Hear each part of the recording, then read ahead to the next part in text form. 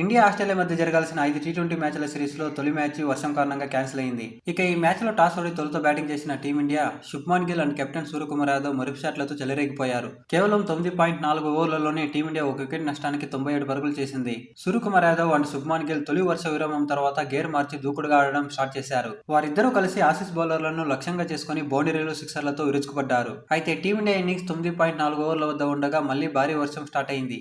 ఎంతకీ వర్షం తగ్గకపోవడం మైదానం చిత్తడిగా మారడంతో తదుపరి ఆట నిర్వహించడం సాధ్యం కాదని నిర్వాహకులు నిర్ణయించారు. ఈ మ్యాచ్ క్యాన్సిల్ కావడంతో ఇరు జట్లకు చెరో పాయింట్ లభించింది. ఇక ఈ మ్యాచ్లో Australia captain Mitchell Marsh toss గెలిచి ముందుగా ఫీల్డింగ్ ఎంచుకున్నాడు. ఈ నిర్ణయం ద్వారా అంతర్జాతీయ టీ20 మ్యాచ్లో టాస్ గెలిచిన 18 సందర్భాల్లో మార్ష్ ఫీల్డింగ్ ఎంచుకోవడం ఒక ప్రత్యేక రికార్డుగా నమోదైంది. అయితే ఈ మ్యాచ్లో ఇండియా ప్లేయింగ్ 11 ఆశ్చర్యానికి గురి చేసింది. ఆస్ట్రేలియా లాంటి బౌన్సీ వికెట్ ఉన్న పిచ్పై ఇద్దరు స్పెషలిస్ట్ స్పిన్నర్లతో మన జట్టు బరిలోకి దిగింది. మిస్టరీ స్పిన్నర్ వరుణ్ చక్రవర్తితో పాటు లెఫ్ట్ హ్యాండ్ స్పిన్నర్ కుల్దీప్ యాదవ్కు చోటు దక్కింది. మరో స్పిన్నర్ అక్షర్ పటేల్ కూడా జట్టులో ఉన్నాడు.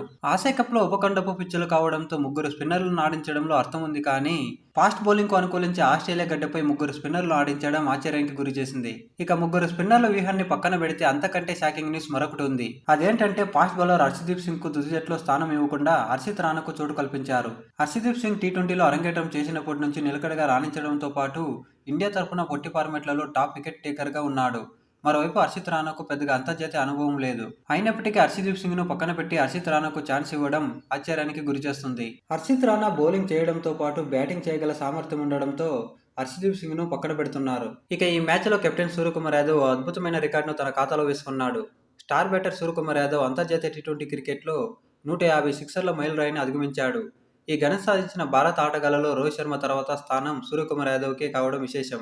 ఈ మ్యాచ్లో సూర్యకుమార్ యాదవ్ తన రెండో సిక్స్ను కొట్టగానే 150 సిక్సర్ల ప్రత్యేక క్లబ్లో చేరాడు. సూర్యకుమార్ యాదవ్ ప్రపంచవ్యాప్తంగా ఈ అరుదైన మైలురాయిని చేరుకున్న 5వ బ్యాటర్గా నిలిచాడు. అంతేకాకుండా ఈ జాబితాలో చేరిన అత్యంత వేగవంతమైన బ్యాటర్లలో సూర్య ఒకడు. ప్రస్తుతం అంతర్జాతీయ టీ20లో అత్యధిక సిక్సర్లు కొట్టిన రికార్డు ఇప్పటికీ రోహిత్ శర్మ పేరు మీదే ఉంది.